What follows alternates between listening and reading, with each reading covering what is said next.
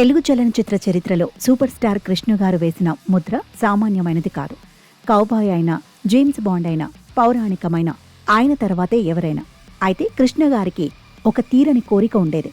తన వారసుడు super star Mahesh బాబును ఒక్కసారైనా పౌరాణిక పాత్రలో చూడాలని ఆయన ఎంతగానో ఆశపడ్డారు. కానీ మహేష్ బాబు మాత్రం కమర్షియల్ సినిమాలకే పరిమితమయ్యారు. కానీ ఇప్పుడు ఆ కల నిజం కాబోతోంది. దర్శకధీరుడు రాజమౌళి మహేష్ బాబుతో చేయబోయే సినిమా గురించి ఒక సంచలన వార్త ఇప్పుడు సోషల్ మీడియాలో, ఇండస్ట్రీ వర్గాల్లో హల్చల్ చేస్తోంది. వారణాసిగా రాబోతోన్న ఈ చిత్రంలో మహేష్ బాబు సాక్షాత్తు శ్రీరాముడి పాత్రలో కనిపించబోతున్నారని ఏకంగా రాజమౌళి ప్రకటించి అందరికీ షాక్ ఇచ్చాడు. ఇది అభిమానులకు ఒక రకంగా గూస్ బంప్స్ తెప్పించే విషయమే. దీంతో కృష్ణగారి ఆత్మ ఎక్కడున్నా సంతోషిస్తుంది. తండ్రి కోరికను మహేష్ ఇలా నెరవేరుస్తున్నాడు.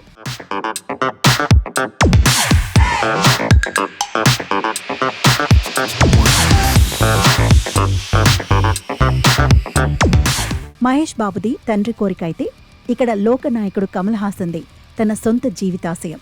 అదే మరుదనాయకం.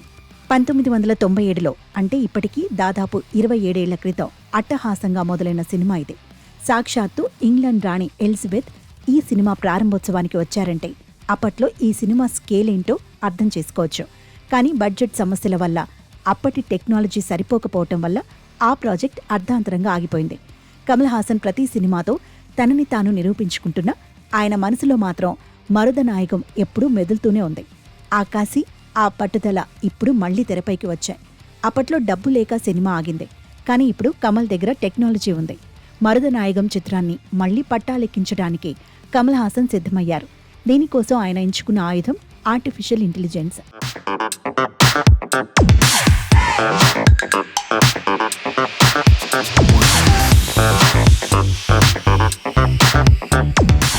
రీసెంట్గా కమల్ హాసన్ స్పెషల్గా ఏఐ కోర్సులో ట్రైనింగ్ తీసుకోవడానికి ఫారిన్ వెళ్లారు. వయసులో ఉన్న కమల్ హాసన్ను మళ్లీ స్క్రీన్ మీదకు తేవడానికి, భారీ యుద్ధ సన్నివేశాలను తక్కువ ఖర్చుతో సృష్టించడానికి ఏఐని ఎలా వాడాలనే దానిపై ఆయన పట్టు సాధిస్తున్నారు. ఈ ఏజ్లో కూడా కొత్త టెక్నాలజీని నేర్చుకుంటూ సినిమా కోసం తప్పిస్తున్న కమల్ డెడికేషన్కి హ్యాట్స్ ఆఫ్ చెప్పాల్సిందే.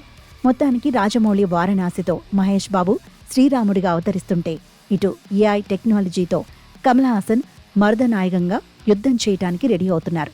ఈ రెండు డ్రీమ్ ప్రాజెక్టులో ఇండియన్ సినిమా స్థాయిని మరో మెట్టు ఎక్కించడం ఖాయం.